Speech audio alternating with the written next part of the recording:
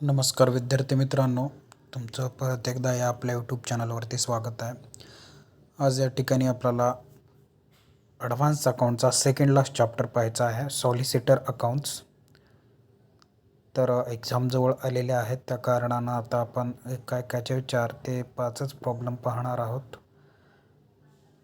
यामध्ये सॉलिसिटरचे कन्सेप्ट किंवा सॉलिसिटरचा मीनिंग सर्व गोष्टी आजच्या लेक्चरमध्ये डिस्कस करायच्या आणि नेक्स्ट डेपासून आपण यावरती क्वेश्चन्स पाहणार आहोत.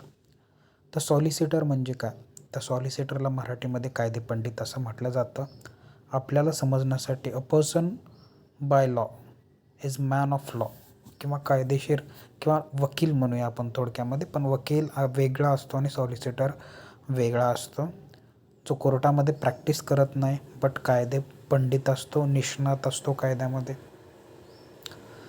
तर a solicitor is a man of law, तो कायद्याचा माणूस असतो.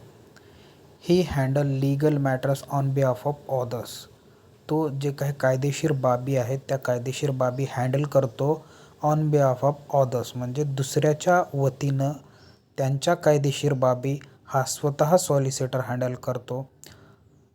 म्हणजे वकिलासारखंच दुसऱ्याची केस असते, सगळं दुसऱ्याचं असतं आणि त्याला फीसच्या बदल्यामध्ये तो त्या व्यक्तीची केस लढत असतो. अगदी सेम कन्सेप्ट आहे इथंसुद्धा. लीगल ज्या कायदेशीर बाबी आहेत, लीगल मॅटर्स जे आहेत ते दुसऱ्याच्या वतीनं हा सॉलिसिटर हँडल करत असतो. ही प्रिपेअर डॉक्युमेंट्स, मग सॉलिसिटर कोणकोणते काम करत असतो तर ते सांगितले आहेत. He prepare documents, it may be partnership deed, तो डॉक्युमेंट प्रिपेअर करतो. It may be partnership deed, ते पार्टनरशिप डीड असू शकते. It may be tenancy agreement, तो करार असू शकतो. टेनन्सी रेंट ॲग्रीमेंट म्हणता येईल आपल्याला.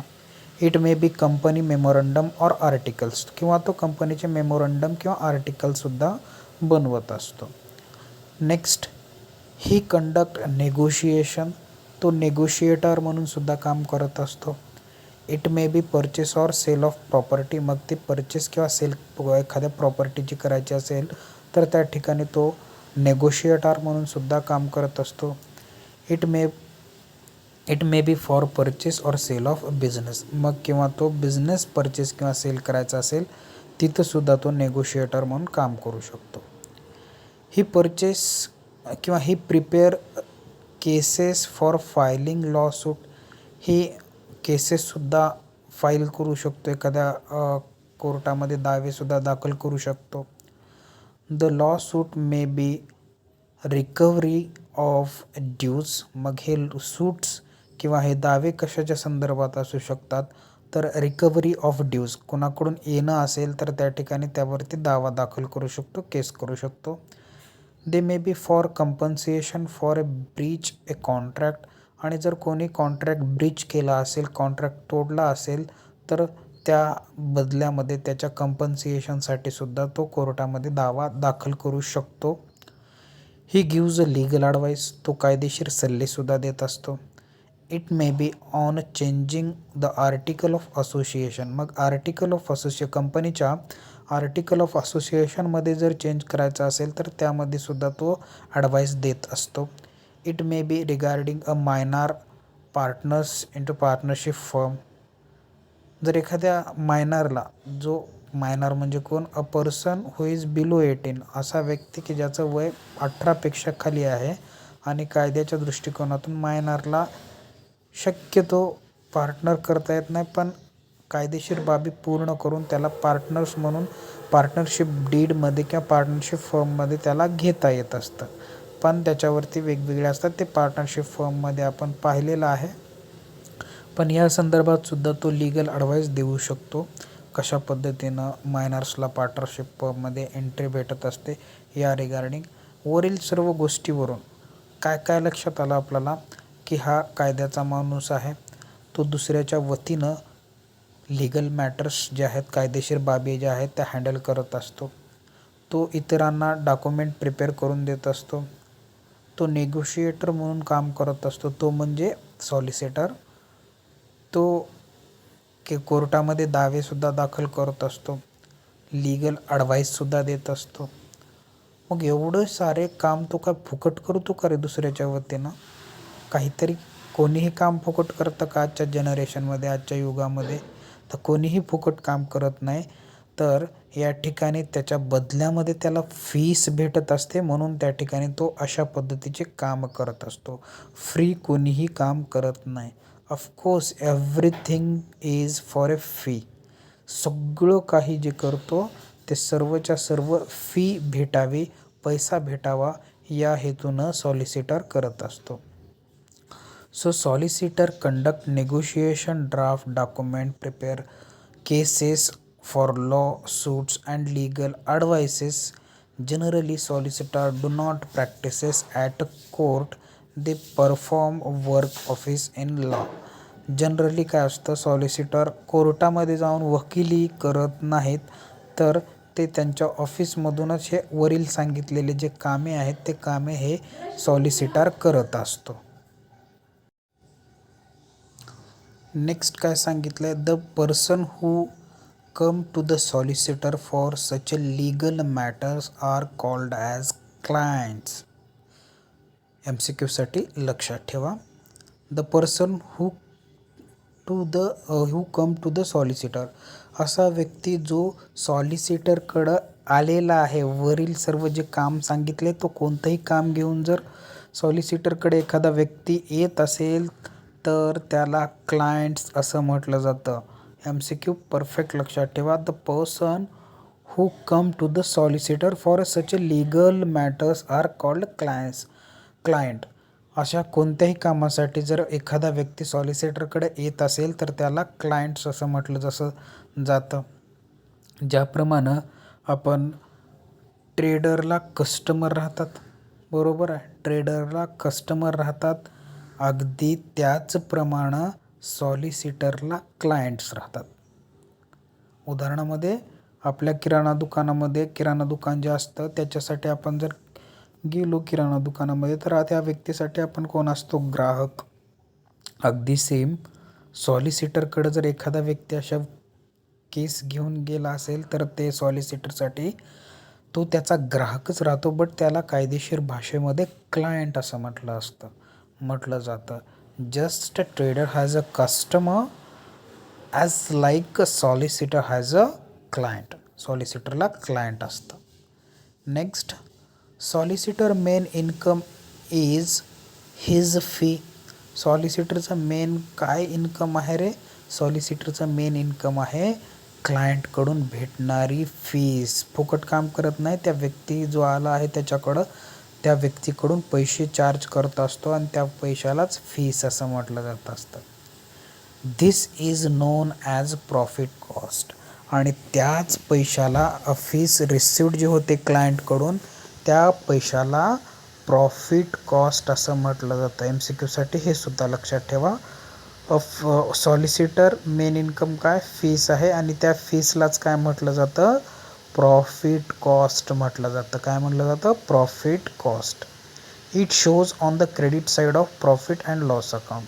आणि आपल्याला माहीत आहे इन्कम असेल तर इन्कम आपण प्रॉफिट अँड लॉस अकाउंटच्या क्रेडिट बाजूलाच दाखवतो. सेम तेच इथं सुद्धा इन्कम आहे. प्रॉफिट कॉस्ट म्हणजे फीस रिसिव्ड फ्रॉम क्लायंट आहे, क्लायंटकडून पैसे भेटले म्हणून ते त्या ठिकाणी सॉलिसिटर अकाउंटच्या क्रेडिट बाजूला किंवा प्रॉफिट अँड लॉस अकाउंटच्या क्रेडिट बाजूला दर्शवलं जातं, दाखवलं जातं.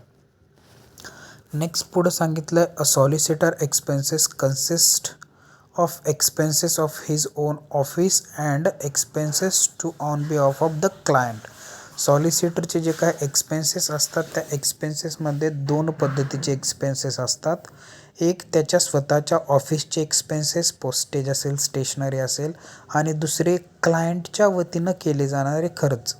म्हणजे क्लायंटच्या वतीनं एखादा आपल्याला बॉन्ड परचेस करायचा आहे, एखादा डॉक्युमेंट परचेस करायचं आहे, टायपिंग फीस आहे, सगळे क्लायंटच्या वतीनं आपण जे खर्च करतो ते सुद्धा सॉलिसिटर अकाउंटच्या डेबिट साईडला दाखवायचे आहेत.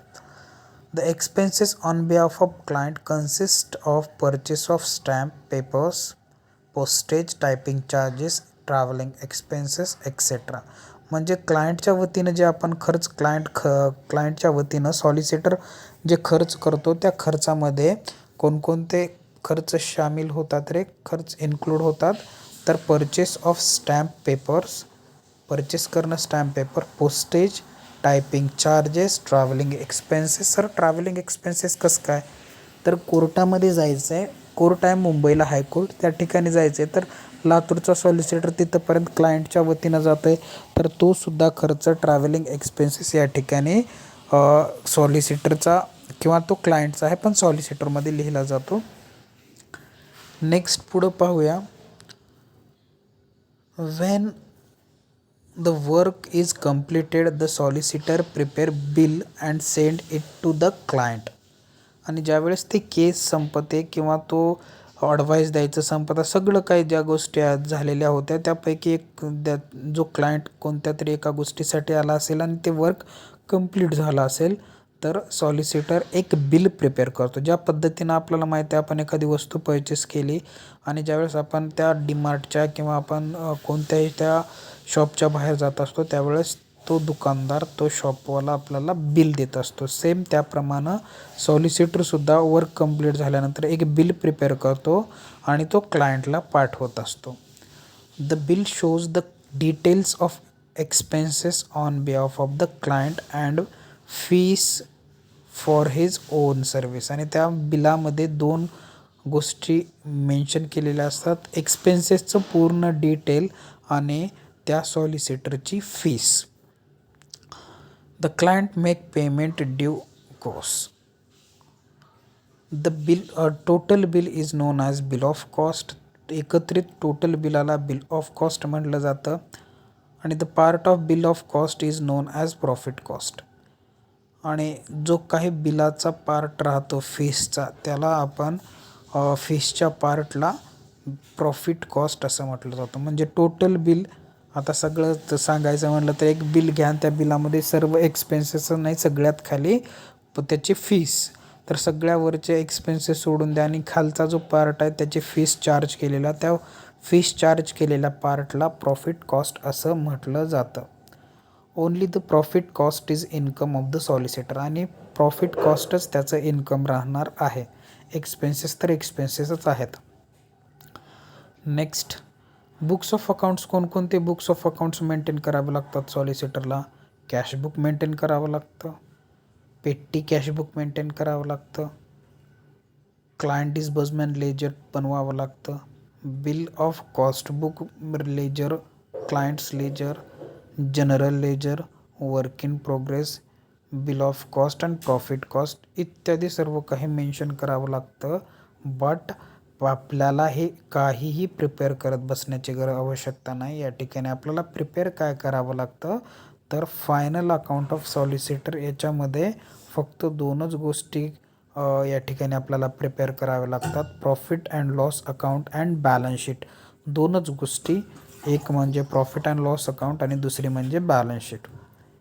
तर या 2 गोष्टी तुम्ही प्रॉफिट अँड लॉस अकाउंट पूर्वी शिकलेलं आहे, आत्ताही शिकत आहात. आणि या क्वेश्चनमध्येही profit and loss account same राहणार आहे.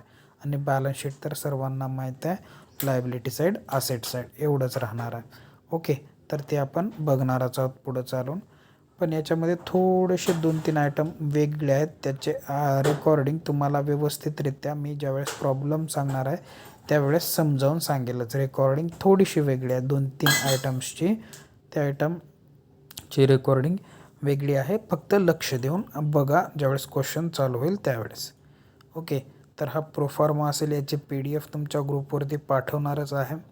Profit cost it means a fee, fees received from client, client disbursement, हे सगळ्यांचा मीनिंग सांगितलेलं आहे जे आपल्याला येणार आहेत. आणि आता सिम्पल क्वेश्चन्स आपल्याला नेक्स्ट लेक्चरमध्ये पाहायचं आहे. इथं जर पाहिलं तुम्ही तर बघा किती सोपं आहे. कॅपिटल कुठं असतं? बॅलन्स शीटच्या लायबिलिटीला. ड्रॉइंग कुठं असते? ड्रॉइंग कॅपिटलमधून मायनस करावी लागते. फर्निचर कुठं असतं? बॅलन्स शीटच्या असेट साईडला. रेंट कुठं असतं? प्रॉफिट अँड लॉस अकाउंटच्या डेबिटला. सॅलरी एक्सपेन्सेस आहे, हा सुद्धा प्रॉफिट लॉसच्या डेबिटला. स्टेशनरी प्रॉफिट लॉसच्या डेबिटला. पोस्टेज प्रॉफिट अँड लॉसच्या डेबिटला. क्लायंट फॉर कॉस्ट हे नवीन आहे. क्लायंट फॉर डिस्बर्समेंट हे 2 गोष्टी नवीन आहेत. Law books, law books asset आहे, सॉलिसिटर आहे म्हणजे वकील आहे, वकिलाचे असेट काय? त्याचे पुस्तकं.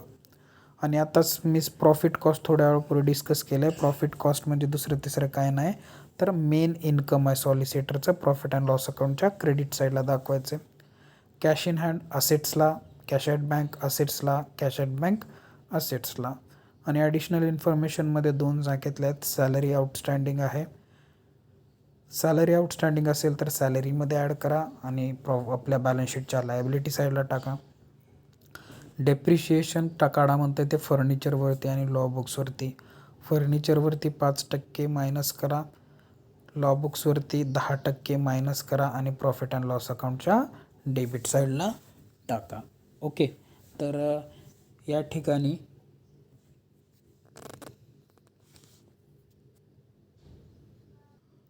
आपण थांबणार आहोत. नेक्स्ट लेक्चरमध्ये भेटूया. हा जो फर्स्ट क्वेश्चन तुम्हाला दिसतोय तो सॉल्व करून तुम्हाला दाखवतो. ठीक आहे, चला थांबूया.